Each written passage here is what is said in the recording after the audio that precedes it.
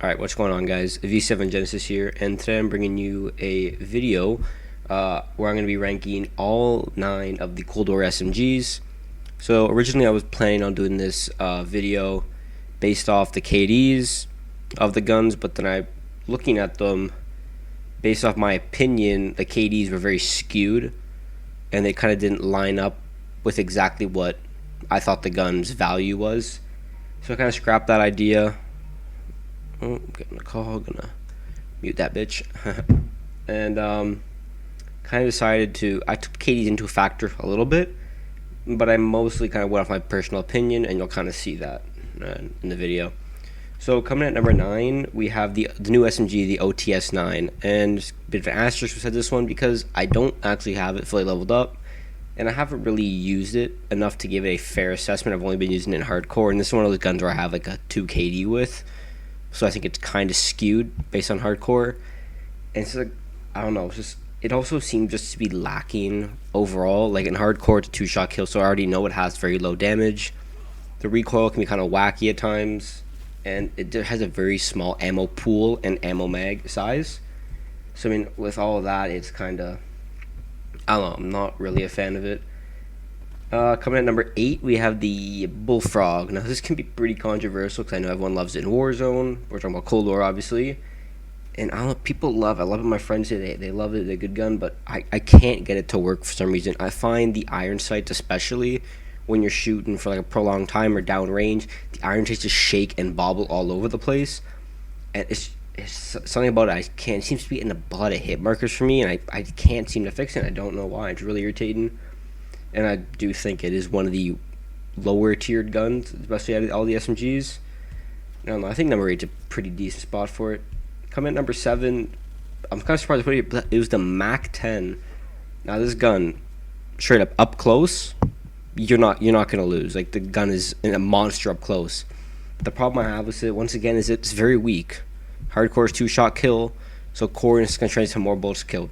It is a bullet hose. It will spray bullets out range, but with that, you also have the downside of you're burning through ammo constantly. So you're going to have to run a bigger mag, and you run consequences with that as well. And its recoil is very high. And not to mention the range is going to be very pitiful, and it's just not a very good gun. All it's got going for it is its fire rate, and it isn't enough to make up for every other category it lacks in.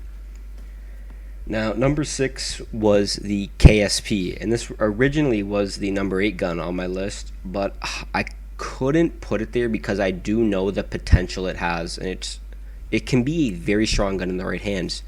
It has 1 burst capabilities, and the only problem, you can extend that range out with the right attachments. The problem with it is it can be so inconsistent.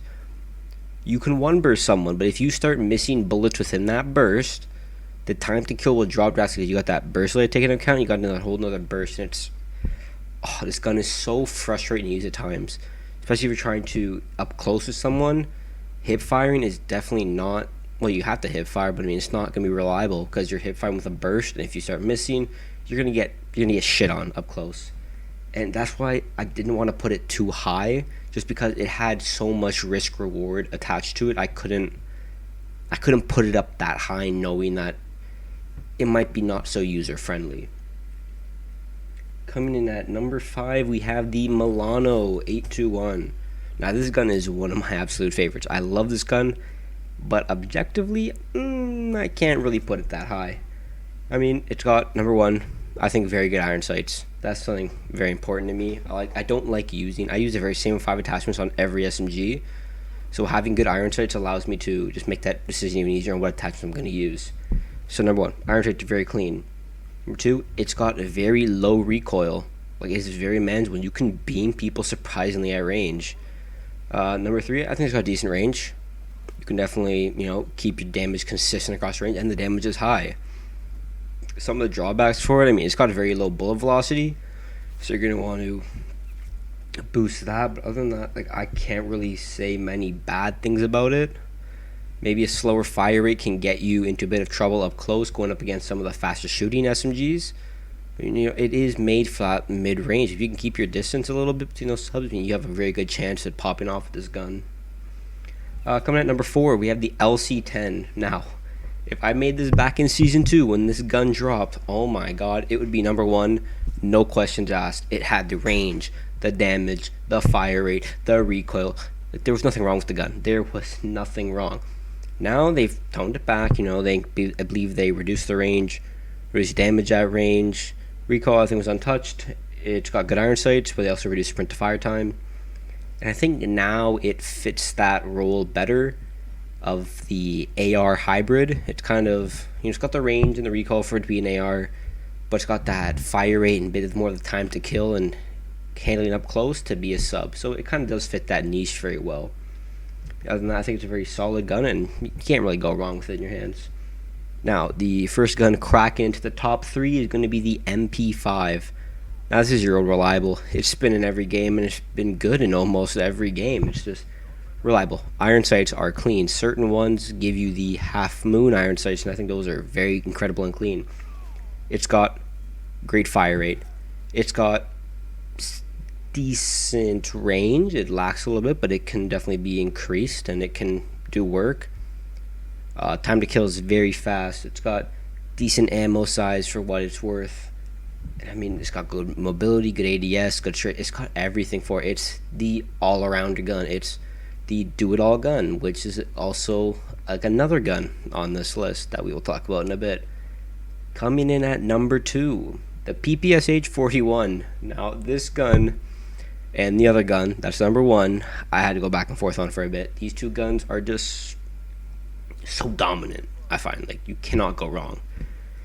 But I had to put the PP down here just because the other gun is just, I think it's more universally known as the best gun, best SMG in the game. Could be best gun as well. But we're on to the PP. So, I mean, number 1, it's got clean iron sights. They are fantastic iron sights. It also has a very good rate of fire. Like, good as in fast. It has nice damage, good range. Sprint to fire time is decent. Recoil is, it's up there, but definitely manageable with the right attachments. I do have a class setup video on that. And I mean, it's the PPSH, man. It just feels good in your hands. It looks cool doing it, and it's fucking, it is another all-around gun. I mean, doesn't really have many downsides. And coming at number 1 is the king of the CDL SMGs. Gotta be the 74U, man. Could it be anything else? I don't think so. I mean, this gun really can do no wrong. Low recoil, good fire rate, good damage range, clean iron sights. I mean, the list goes on of what this gun is good at. It's untouchable. It really is. It's just the jack of all trades. Much like the other 2 guns in the top 3, they are the best of the best. They can do whatever you need them to. You want to beam someone at range? Well, you can absolutely do that. There's no problem with that. And I think these 3 guns are a cut above the rest on the list, just because, I mean, just look on my list again. Yeah, I would rather have these 3 guns any day of the week before I touch any of the guns at the bottom of the list. And hope you guys enjoy this video. It was kind of interesting to look at what I really did think about all the guns, breaking them down and everything. Once again, it's just my opinion. I mean, I'm down to hear you guys' opinions and below, see maybe where I might have slipped up based on other opinions. And I'll leave them down in the comment below. If you guys enjoyed, leave a like and subscribe for more content like this. And I'll see you guys in the next one. Peace.